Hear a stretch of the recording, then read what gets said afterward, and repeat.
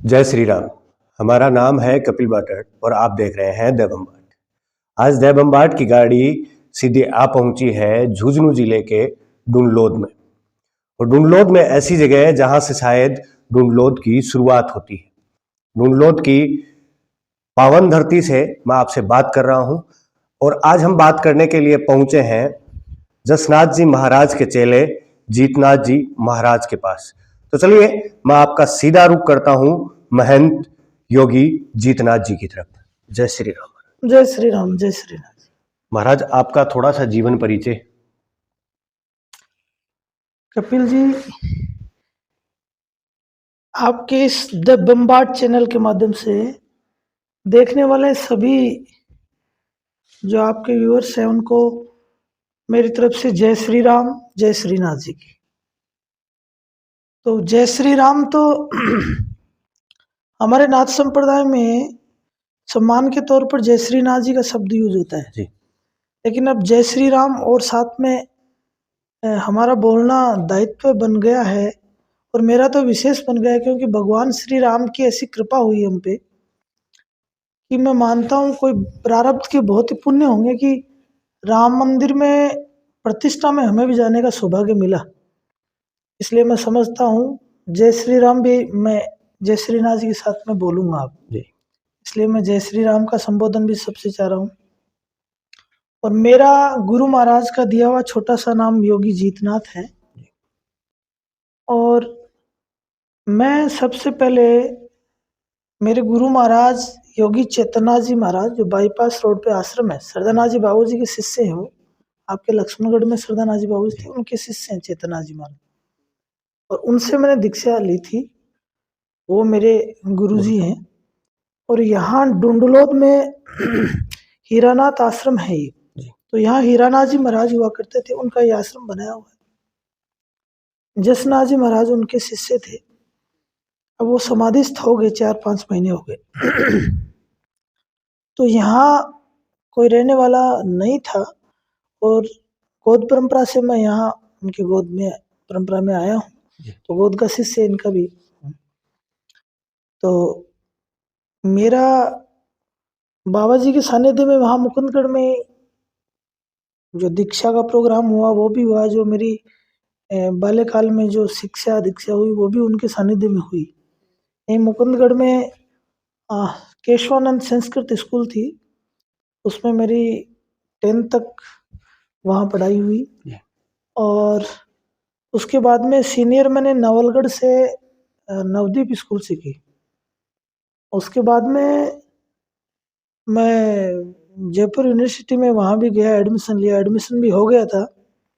उस time arts में शायद 64 या 65 ऐसे कुछ मेरिट रखी थी, तो हो गया था उसमें। बाद में गुरुजी को ये मंजूर नहीं था कि वहाँ अकेला जयपुर रहना और ये सब, तो वापस यहाँ आना हुआ। फिर मुकुंदगढ़ से मैंने फर्स्ट ईयर भी किया। उसके बाद में जैसे आपका मन है वैसे मेरा भी मन था कि कोई जॉब करे, बहुत से मतलब बच्चे के जैसा स्वभाव होता वैसे स्वभाव मेरा था कि बहुत से पैसे कमाए, ये घूमे, ये करे, वो सब ऐसे आता था। तो बाबा जी तो क्या, गुरु तो गुरु होते हैं, वो तो सब चीज़ें समझते हैं। तो उन्होंने मुझे एक ही चीज़ कही कि ये तेरा जो मन है ना, मन है, इसको जितनी उड़ान लेनी है उतनी उड़ान लेने दे, इसको जितनी उड़ान लेता है उतनी लेने दे। तो मैं उस टाइम बातों की, मेरा भी बाल्यकाल ही था उस टाइम, इतनी समझ नहीं पाते, तो मेरे को उन्होंने छूट दी, गाड़ी भी निकाल के दी, बाहर जॉब करने के लिए भी भेजा, सब किया। लेकिन बाहर रहने के बाद में यही समझ में आया, जो उनका जो स्नेह, उनका जो मातृत्व प्रेम, पितृत्व प्रेम, हाँ गुरु का सानिध्य, वो जो सब चीज़ें उनके अंदर निहित थी, उन्होंने जो दिया वो कहीं नहीं मिला। और बाहर जाने के बाद में भी यही बार बार यही तमन्ना रहती थी, गुरु जी के पास चलें, गुरु जी के पास चलें। तो लास्ट में भगवान की कृपा ऐसी थी, प्रारब्ध भी ऐसे थे, तो उनके सानिध्य में वापस आने का मौका मिला। और 2010-11 के लगभग मेरा दीक्षा ग्रहण संस्कार हुआ जी। और उसके बाद में मैं बराबर उनके सानिध्य में रहा और अभी 6 साल से यहाँ आया हूँ। आपका नाम राजनीतिक गलियारों में गूंजता है।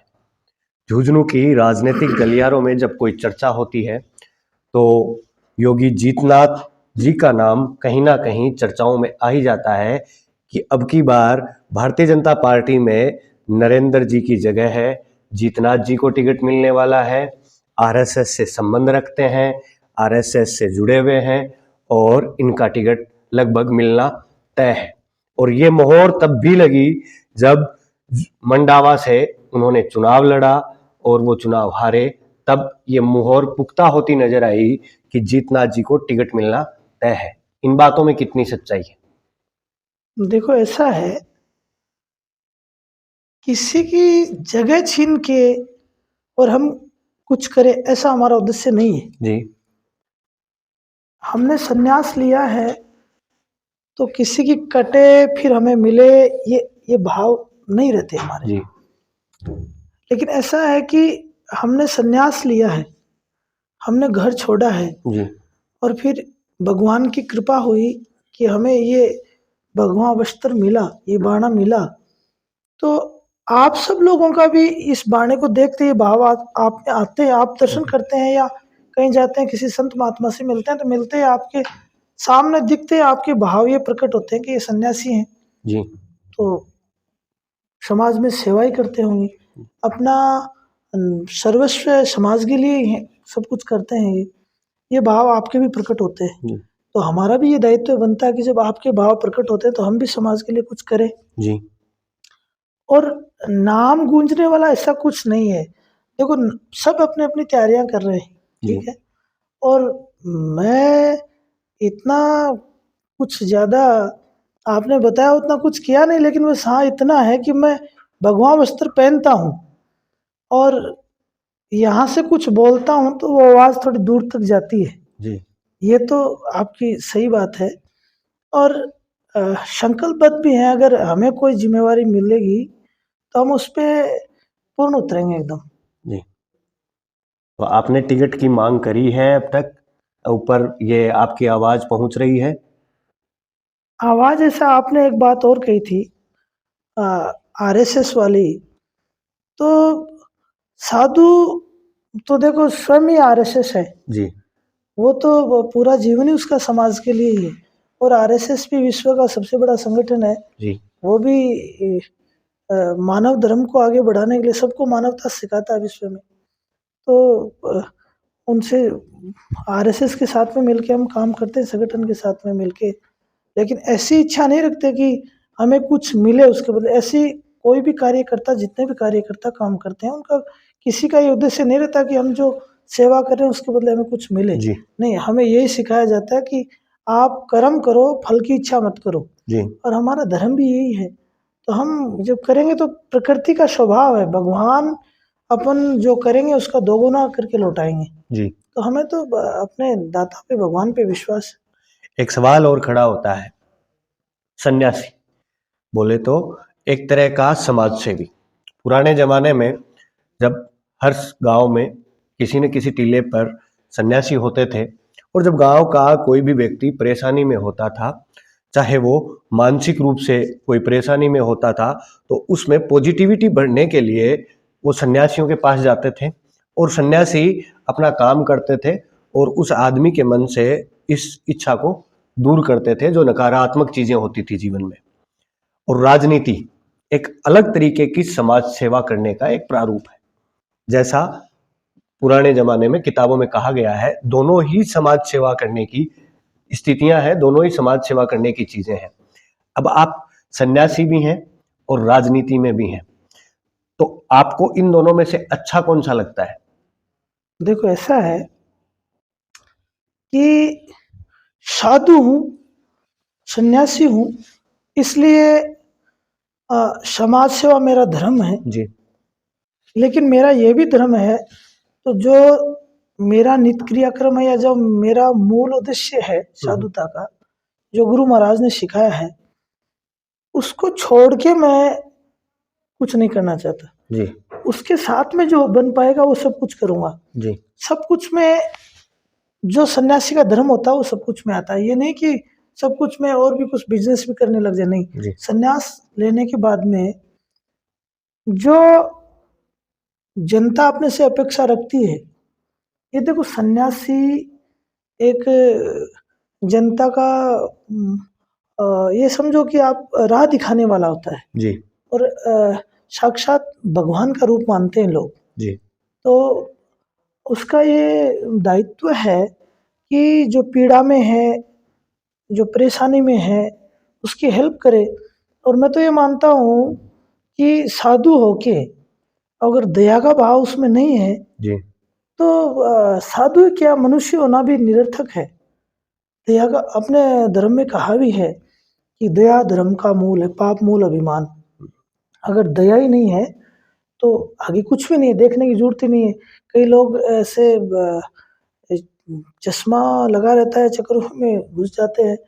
कई लोग आप देखते होंगे जो क्रिमिनल स्वभाव के होते हैं, जी कहीं उनकी कोई आस्था वगैरह, वो आस्तिक या अध्यात्म से जुड़ा कुछ नहीं होता उनमें, लेकिन वो दुनिया को पागल बनाने के लिए ऐसा कुछ बहाना लेकर कि वो मंदिर में इतना कर रहे हैं, वहाँ वो ऐसा कर रहे हैं, धर्म के लिए ऐसा कुछ कर, नहीं।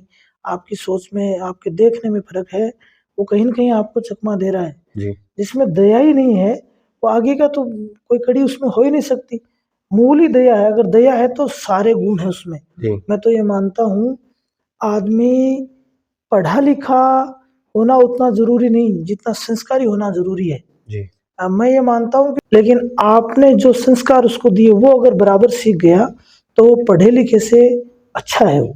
जी क्योंकि मैं ये मानता हूँ कि अगर पढ़ा लिखा नहीं हो और उसमें संस्कार पूरे गुरु महाराज ने जो संस्कार डाले वो अगर प्रॉपर तरीके से आ गए तो सारे वेद शास्त्र उसके अंदर निहित है।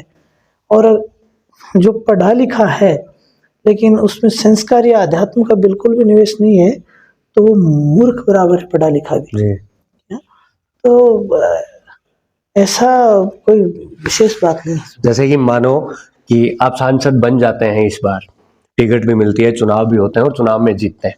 इस बात पर मैं फिर से भी आऊँगा। चुनाव में जीत जाते हैं तो आपका तो दिल्ली आना जाना रहेगा, फिर आपके जो नित्य कर्म है जो साधु वाले, उनमें कोई विघ्न पड़ेगा? क्योंकि नहीं, दिल्ली रुकना भी पड़ सकता है आपको 4-5 दिन के लिए। वो तो भविष्य के गर्भ में सारी बातें। अभी कहाँ टिकट, कहाँ चुनाव, कहाँ है, अभी तो बातें चल रही हैं। मैंने मेरी इच्छा जाहिर की है कि मैं, हाँ, इतनी मेरे में कैपेसिटी है, मेरा जी इतना कॉन्फिडेंस है कि मैं इसके साथ में कर सकता हूँ। अच्छा मैंने मेरी इच्छा जाहिर की है। वो तो आगे सब शीर्ष नेतृत्व का काम है। अपने यशस्वी प्रधानमंत्री नरेंद्र भाई मोदी जी हैं, तो उनको साक्षात श्री कृष्ण का अवतार भी मानते हैं और मैं भी मानता हूँ जी कि वो जब बोलते हैं तो टकटकी लगा के देखते हैं। राम मंदिर में उद्घाटन में गए थे तो वो वहाँ जो छत्तर लेके जो राम मंदिर की तरफ, सीढ़ियों की तरफ उनका प्रवेश हो रहा था, जी तो साक्षात ऐसे महसूस हो रहा था कि स्वयं भगवान राम आ रहे हैं। या तो वो तो सब वो जो करेंगे वो होगा। तो अभी उन बातों में तो जाना ही नहीं है कि दिल्ली जाएंगे क्या होगा, नहीं, वो तो आगे की बातें हैं। जी बिल्कुल, कोई नहीं। लेकिन आपने कहा कि नरेंद्र जी मोदी को अवतार मानते हैं, वो किस बेसिस पे कि उन्होंने ऐसे क्या काम किए हैं जिनकी वजह से आप उन्हें अवतार मानते हैं? देखो, कभी मैं पहले भी गुरुजी के सानिध्य में रहा हूँ। जी तो 2 बार मैं गुरुजी के साथ में यहाँ से जयपुर और जयपुर से बाद में अलवर। जी अलवर में हम रुके, वहाँ से रात को 11 बजे निकले।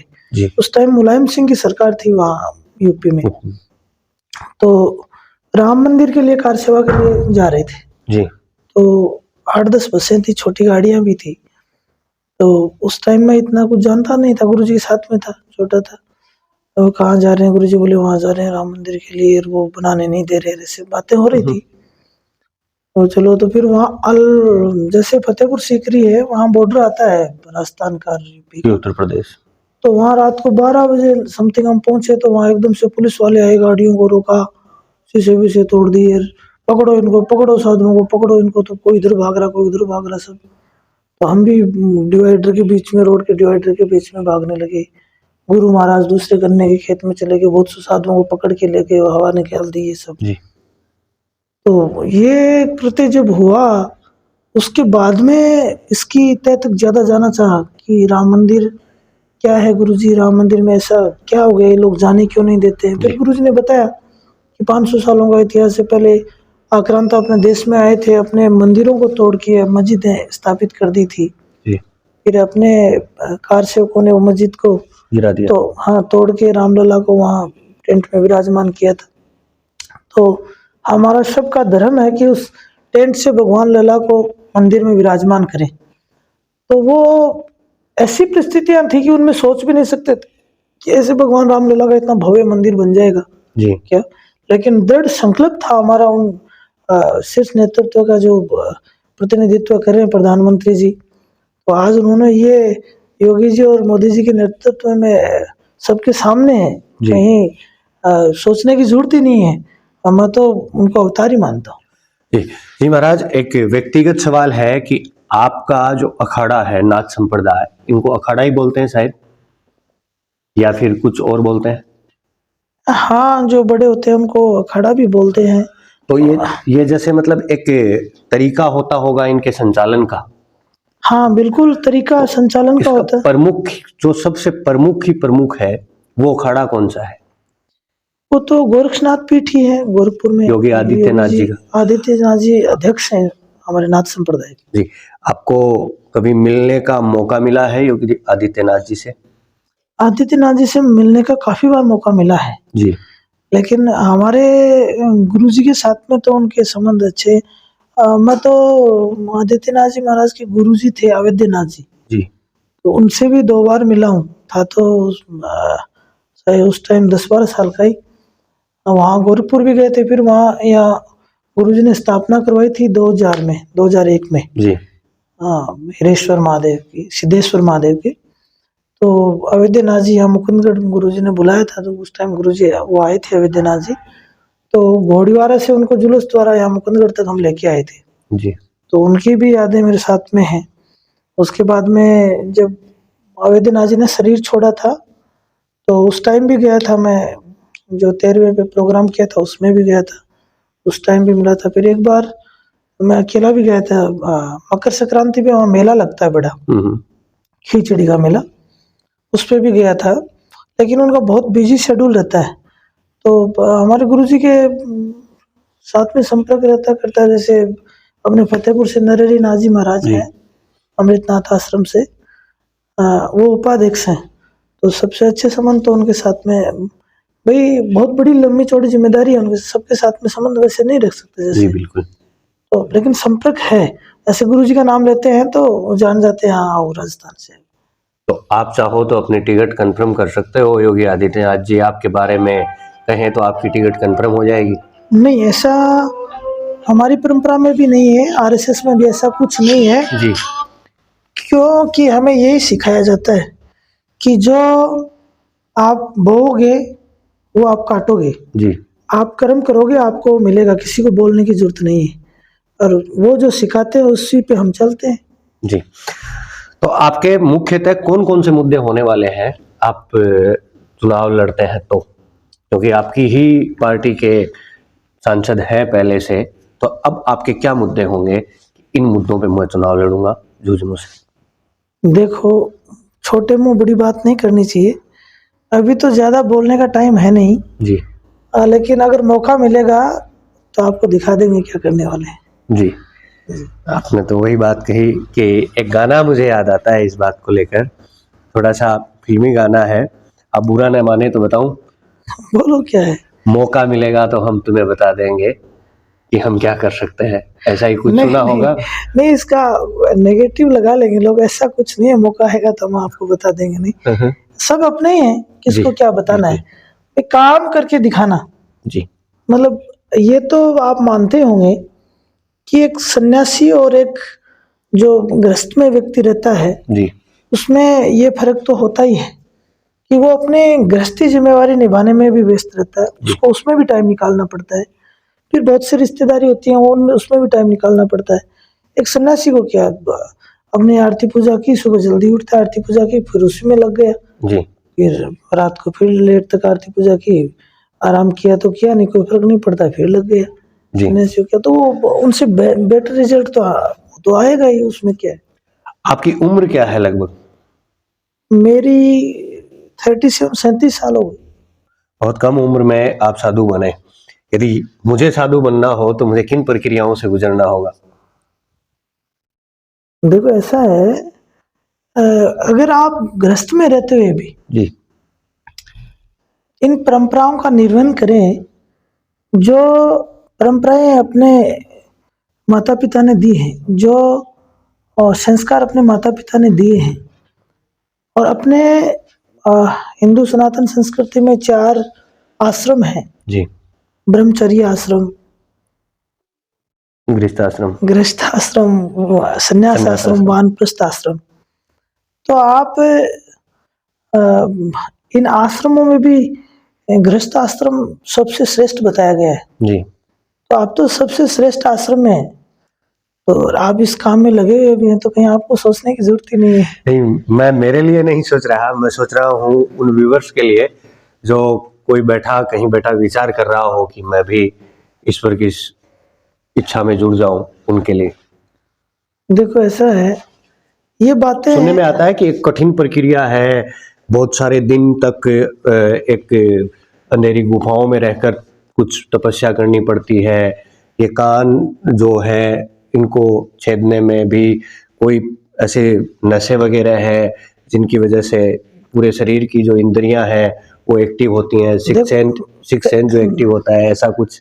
देखो ऐसा है कि कोई भी काम करो आप उसमें अगर कठिनता नहीं है तो काम में मजा ही नहीं है। जी और आपको आनंद भी तभी आएगा जब आप कठिनता से निकले। मतलब आप एक ये मानो कि आप एक सफर जा रहे हैं, सफर में निकल रहे हैं, कहीं घूमने के लिए जा रहे हैं। अगर वो आराम से बैठे उतर गए वापस आ गए, तो कहीं वो याद नहीं रही। और आप गए कहीं, गाड़ी खराब हो गई, पंचर हो गई, उसमें हवा भरा रहे हो, टायर लगा रहे हो, तो फिर वो जिंदगी भर याद रहेगा आपको। पहुंचने का मजा आता है, पहुंचने का मजा आता है। तो ये संन्यास परंपरा है, ये भी बड़ी कठिन डगर है, लेकिन ऐसा भी कुछ नहीं है। लेकिन ये सब बातें आगे की हैं, क्योंकि आप अगर स्कूल में एडमिशन ही नहीं लोगे तो आपको 10th के एग्जाम ऐसे नहीं लगवाते वो लोग। पहले LKG में, UKG में ऐसे करके फर्स्ट सेकंड थर्ड ऐसे चलते रहते। वो विषय अलग है। आप उसमें जो व्यूअर्स देख रहे हैं, अगर ऐसी इच्छा है तो वो अपने आसपास में कोई संत रह रहे हैं तो उनके पास जाके जी रह के सेवा करके पा सकते हैं। क्या जी।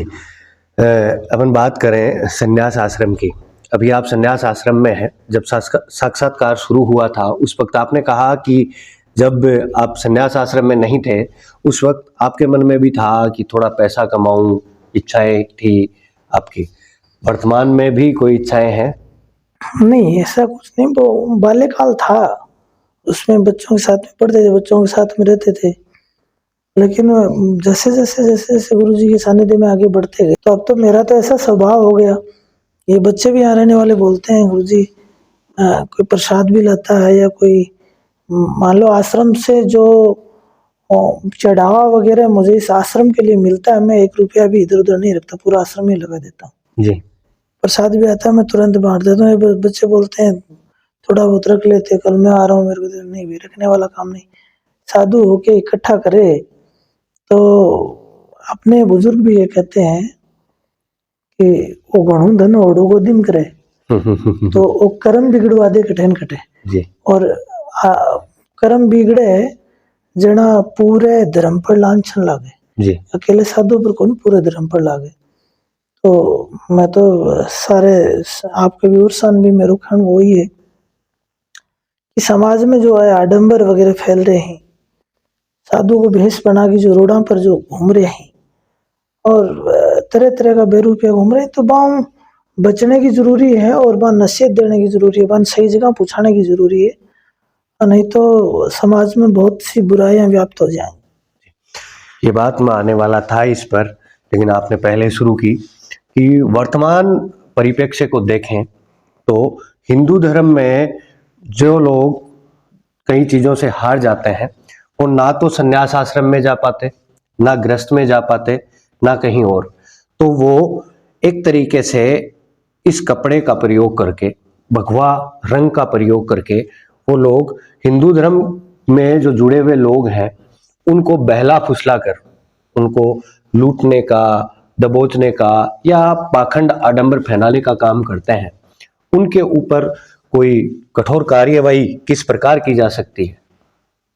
देखो, इस पे तो पूरा साधु समाज बैठ के, ये भी कोई ऐसी छोटी प्रक्रिया नहीं है जी लेकिन करने का दृढ़ संकल्प हो। और मैं ऐसा है मेरे मन में कि कहीं न कहीं सब संत महात्मा बड़े जो हमारे बड़े बुजुर्ग हैं वो सब देख रहे हैं, तो कहीं उनके दिमाग में ऐसी बातें चल रही होंगी और वो जरूर इस पे कुछ न कुछ करेंगे, ऐसा मेरे को महसूस हो रहा है। क्योंकि ये समाज में ज्यादा व्याप्त हो रहा है, तो कोई भी चीज की अति होती है तो उसका अंत भी होता है। तो इस पे निश्चय ही सुधार होगा, मुझे ऐसा लगता है। तो आपका भी कोई प्रयास ऐसा है? आपको भी कभी कोई ऐसा कोई पाखंडी बाबा मिला है जीवन में? आपने देखा है कभी किसी को पाखंड फैलाते हुए? उसका बिना नाम बताए आप उसको कर सकते हैं। नहीं, ऐसा तो देखो, जो अपने अपने मठों में बैठे हैं, जब अपने अपनी जगह सब मेहनत है, तो आश्रमों में तो ऐसा कुछ नहीं है। लेकिन रोडों पे जो ये लोग घूमते हैं कालबेलिया का भेष से, वास्तव में है कालबेलिया लेकिन भेष बना के साधु का घूमते हैं। एक कमंडल हाथ में ले लेते हैं और घर घर जाके भी करते हैं, रोड पे भी ऐसे मिलते रहते हैं, किराया मांगते रहते हैं। तो कहीं न कहीं उसमें अपन लोगों की भी कमी है जी कि दया करके, वही ये जो सनातन धर्म में ये दयावान तो है ही, दया करके चलो कोई नहीं, दे दो इसको 10 दे दो, 20 दे दो, कोई नाच देते थे, तो फिर वो शराब पीते हैं। तो मतलब किसी विद्वान ने कहा है कि अगर आप दान दे रहे हैं और अगर वो पात्र को नहीं दे रहे हैं तो उसका दोष भी आपको लगेगा जी। तो दान कहीं अच्छी जगह ही करें जहां उसका सदुपयोग हो।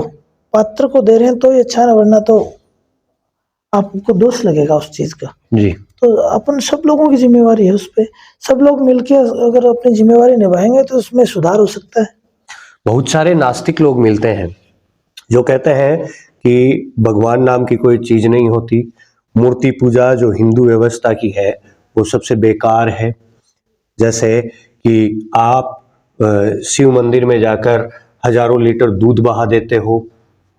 वो कहते हैं कि आप बहुत नुकसान करते हो, हिंदू धर्म के नाम पर आडंबर करते हो। इसके ऊपर आपके क्या विचार हैं? देखो, मेरे विचार ये हैं कि मेरा खुद का भी जन्म बारगाम से जो ग्रामीण इलाके से हुआ है। तो ग्रामीण इलाकों में अगर अपन जाके देखें, घूम के फिर के देखें, तो उसमें कहीं ना कहीं हम स्वयं ही जिम्मेदार हैं। जो ब्रह्म का रूप है, ब्राह्मण का काम है कि पूजा पाठ करवाते हैं, वो दिशा दिखाते हैं समाज को। तो ऐसे भी कई ग्रामीण इलाके हैं जहां तक ब्राह्मण पहुंच ही नहीं पाते। तो पहले जैसे कथाएं होती थी, गांव में बड़वे आते थे, बड़वे आपने भी नाम सुना होगा। वो आके कथाएं वगैरह सुनाते थे, समाज एकत्रित होकर बैठता था और बच्चों को बातें बताते थे। तो वो उनमें वो भाव, छोटे छोटे बच्चे सुनते थे बैठ के, जिज्ञासु प्रवृत्ति के, वो पूछते थे, वो बताते थे, तो उनमें ऐसे भाव पैदा हो जाते थे। फिर अपनी संस्कृति के बारे में जानते थे, वो नास्तिक नहीं हो सकते बाद। लेकिन वो कमी है। अब बच्चों को अपन बोलते नहीं, बच्चा पढ़ रहा है, दीपक आप कर दो, पूजा आप कर लो, उनसे कभी पूजा पाठ ही नहीं करवाते अपन, कभी उनको भगवान के बारे में बताते ही नहीं। तो कमी तो अपनी है, फिर वो नास्तिक ही बनेंगे, आस्तिक कहाँ से बनेंगे? तो अपने जो लोग हैं, मुझे नहीं लगता कि अपने लोग तो ऐसे बोलते हैं भगवान है नहीं। जो एक विशेष समुदाय है वही लोग बोलते हैं। जी। तो वो बेसिकली ये कहते हैं कि राम मंदिर की जगह है आप हॉस्पिटल बनाते, स्कूल बनाते, कॉलेज बनाते। उनको कोई आप संदेश देना चाहे तो? देखो, ऐसा है, वो तो उनकी सोच है, भगवान सद्बुद्धि दे उनको। जी। ऐसी बातें जो बोलते हैं। और हॉस्पिटल की जिनको जरूरत है, हॉस्पिटलिटी की जिनको जरूरत है उनके लिए हॉस्पिटल भी है, जी और जिनको भगवान राम में आस्था है उनके लिए भगवान राम का भव्य मंदिर है, जी वो वहाँ माथा टेक सकते हैं। मैं तो ये कहना चाहूँगा, भगवान उनको सद्बुद्धि दे। जी। युवाओं के लिए कोई संदेश आप देना चाहें तो हमारे चैनल के माध्यम से दे सकते हैं। युवाओं के लिए मेरा तो विशेष संदेश ये रहेगा कि मैं भी पढ़ा हूँ, मेरे साथ में भी युवा रहे हैं जी। और अभी भी युवा रह रहे जी। हैं। तो एक तो ये जो व्यसन अपने शरीर में अपने पैसे खर्च करके अपना टाइम बर्बाद करते हैं, अपने घर वालों को परेशानी देते हैं, जी। अपने आस पड़ोस वाले अपने को बुरा बताते हैं, तो इन व्यसनों से दूर रहे और अपने माता पिता की बात मान के आगे का रास्ता तय करें। क्योंकि अपन अपने माता पिता की नज़रों में गिर गए तो अपन कहीं के नहीं हैं। सबसे पहले अपने भगवान अपने माता पिता हैं, तो उनकी बात, उनकी जो बताई हुई बातें उनका अनुसरण करना, यही सबसे बड़ा संदेश है। आजकल के बच्चों में सबसे बड़ी कमी ये रहती है कि अच्छे पढ़ लेते हैं, लिख लेते हैं, वो ऐसे काम करते हैं कि माता पिता को बता भी नहीं पाते। इसलिए घर से बाहर निकलते हैं, माता पिता जब पूछते हैं कहाँ जा रहे हो, आ रहे हैं अभी थोड़ा काम है, आ रहे हैं अभी थोड़ा काम है। ऐसा क्या काम है माँ बाप को नहीं बता सकते? ऐसा कौन सा काम है जो माँ बाप को नहीं बता सकते? तो उनको कितनी पीड़ा होती होगी, उनको जन्म दिया उसने। जी। एक बार उसमें विचार करें, ऐसे भाव प्रकट करें कि कैसे मुश्किल परिस्थितियों में अपने को पाला पोसा बड़ा किया है, स्कूल शिक्षा दी है, अपने को इतना बड़ा किया है, और अपने उनको बता भी नहीं सकते।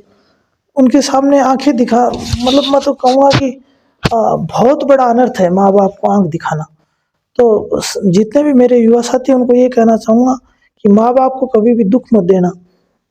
और पूरे दिन में अपन घूम के आते हैं, पूरे दिन में काम करके आते हैं, तो शाम को सोने के टाइम 5 मिनट पूरे दिन का मूल्यांकन करें। 5 मिनट कि आज मैंने क्या किया, ऐसे मैंने क्या बोला कि किसी को मेरी वाणी से दुख हुआ होगा, ऐसे मैंने क्या किया कि राह चलते राहगीर को परेशानी हुई होगी, मैं आज से ये नहीं करूँगा, आज से ये करूँगा। 5 मिनट मूल्यांकन करे तो किसी की जरूरत नहीं, स्वतः ही सुधार हो जाता है अपने आप में। जी। अगर किसी को गुस्सा भी आता है तो वो ऐसे मूल्यांकन करे, यार आज उसको गलत बोल दिया, उसको बड़ा दुख हुआ होगा, आज के बाद मैं नहीं बोलूँगा। ऐसे मूल्यांकन करे तो किसी की जरूरत ही नहीं, वो स्वयं का गुरु स्वयं ही बन जाए। जी।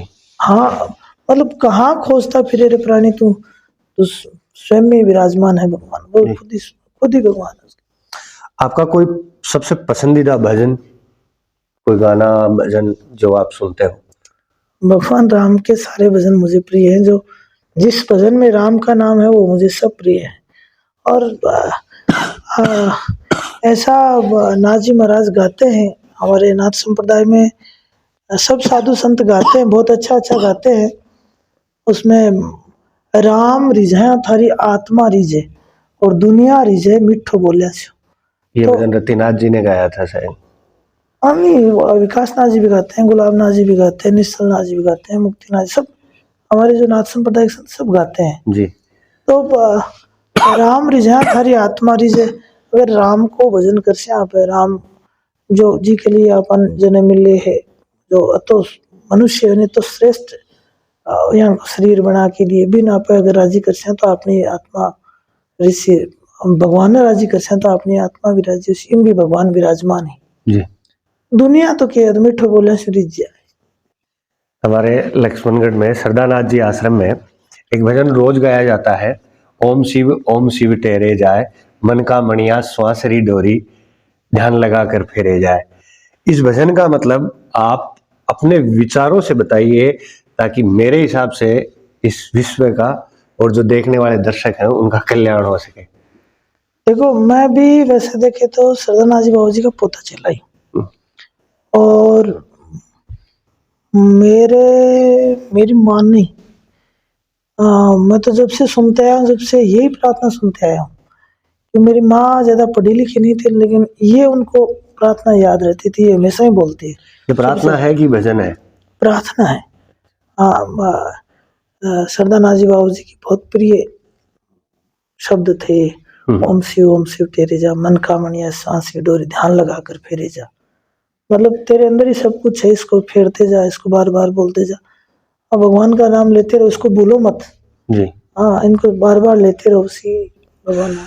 आप हमारे चैनल देवम्बाट के बारे में भी कुछ बोल ही दीजिए, ताकि आपसे जुड़े हुए जो लोग हैं, आपके जो शिष्य हैं, जो उपासक हैं, जिनसे जो आपके प्रशंसक हैं, वो हमारे साथ जुड़ें और हमारा भी आपको आपके आशीर्वाद के रूप में हमारे चैनल के साथ आपका भी जो थारा विचार है, जो थारी पूछवा की शैली है, जो थारो व्यवहार है, बहुत अच्छो है। और भगवान में आई कामना करूँ आपने हमेशा आप पर कृपा करता रहे, तो आपकी जो वाणी में मधुरता बनी रहे, लोगों को दिल जीतता रहो, और आपके चैनल को ही बम्बाट बनते रहे। जी। आने वाले समय में महाशिवरात्रि है, आप महाशिवरात्रि का एक बड़ा कार्यक्रम कर रहे हैं, तो उसके आमंत्रण में आप दर्शकों को कुछ बोलना चाहें तो हमारे चैनल के माध्यम से, यदि बुलवाना चाहते हैं तो दर्शकों को, तो आप इनविटेशन। क्यों नहीं बुलवाना चाहेंगे, सब अपने हैं और अपन सब राम के हैं जी। तो ये सब तो यूज में लिया करो मत कि आप बुलवाना चाहते हैं तो नहीं। सबका वेलकम है, सबका स्वागत है, सब आए। शिवरात्रि महोत्सव 6 साल से जब से यहाँ 108 शिवलिंगों की स्थापना हुई है भगवान शिव की, तो बड़े धूमधाम से मनाया जाता है। 3-4 दिन का शिवरात्रि महोत्सव रहता है। इस बार 2 दिन का और एक्स्ट्रा रहा है, क्योंकि 21 कुंड यज्ञशाला बन के तैयार हुई है जी। पिछले साल ही उसका काम स्टार्ट हुआ था, संकल्प ऐसा लिया था कि 21 कुंड यज्ञशाला बनाएंगे। और जो मेरे युवा साथी हैं सब मेरे पास आते हैं जी। उनको धर्म कर्म में लगाएंगे, यज्ञ में लगाएंगे, तो उनके आचार व्यवहार सब शुद्ध होंगे, तो वो भी इस राष्ट्र निर्माण में अपना योगदान देंगे। जी। तो 3 तारीख को कलश यात्रा श्याम मंदिर है यहाँ पास में, वहां से लेके यहाँ तक कलश यात्रा का आयोजन। फिर 1 बजे यज्ञशाला का विधिवत मंत्रोच्चार के साथ में यज्ञशाला में प्रवेश होगा, और 4 और 5 को मनोकामना पूर्ति के लिए यज्ञ होगा। जो अभी अपनी मनोकामनाएं रखते हैं भगवान शिव से, हर्षोल्लास का महीना, भगवान शिव बड़े प्रसन्न रहते हैं इस महीने में, तो अपनी कामनाएं कर सकते हैं। तो 5 तारीख को भी रहेगा। 6 तारीख को शाम को संतों द्वारा भजन संध्या होगी, और सुबह कबड्डी टूर्नामेंट का उद्घाटन होगा। तो इस बार कबड्डी टूर्नामेंट बड़ा देखने लायक होगा। सब नेशनल स्टेट खेले हुए प्लेयर आएंगे प्रो कबड्डी के जी।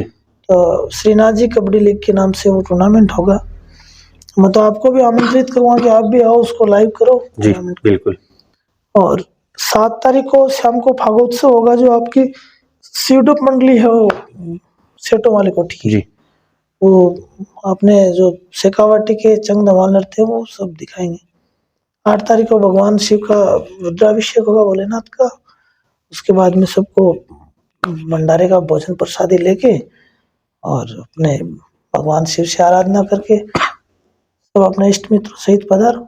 जी, आपका बहुत बहुत धन्यवाद। आपने इतना समय निकाला और हमें आशीर्वाद दिया और हमारे चैनल के साथ जुड़े और चैनल को भी आशीर्वाद दिया, उसके लिए आपका बहुत बहुत धन्यवाद। आपका बहुत बहुत धन्यवाद। दोस्तों, ये थे योगी महंत योगी जीतनाथ जी महाराज, जो डूंडलोद की गद्दी के महंत हैं और डूंडलोद के आश्रम को यही पूरा देखते हैं। और ये जो कार्यक्रम होने वाले हैं, इनका मैं आपको एक नीचे पट्टी चलाऊंगा, वो आप देख लेना। जिस हिसाब से कार्यक्रम है, जैसे महाराज जी ने बताए, उसी प्रकार से मैं आपको लिख भी दूंगा ताकि आपको याद रहे। दोस्तों, आज के लिए इतना ही। एज यूजुअल, मैं आपका दोस्त और होस्ट कपिल, और आप देख रहे थे देवम्बाट। यदि आपने इस वीडियो को पसंद किया तो आप इस वीडियो को अपने दोस्तों के साथ शेयर कर सकते हैं, और अब तक यदि आपने देवम्बाट को सब्सक्राइब नहीं किया है तो कर लीजिए, क्योंकि इसका कोई चार्ज तो लगने वाला है नहीं, और आपके एक सब्सक्राइब से हमारा हौसला थोड़ा सा बढ़ जाएगा। और यदि आप हमें कोई सुझाव देना चाहते हैं तो कमेंट के माध्यम से या जो लिंक जीमेल आईडी है उसके थ्रू आप हमें सुझाव भेज सकते हैं। धन्यवाद। मिलते हैं किसी अन्य कड़ी में।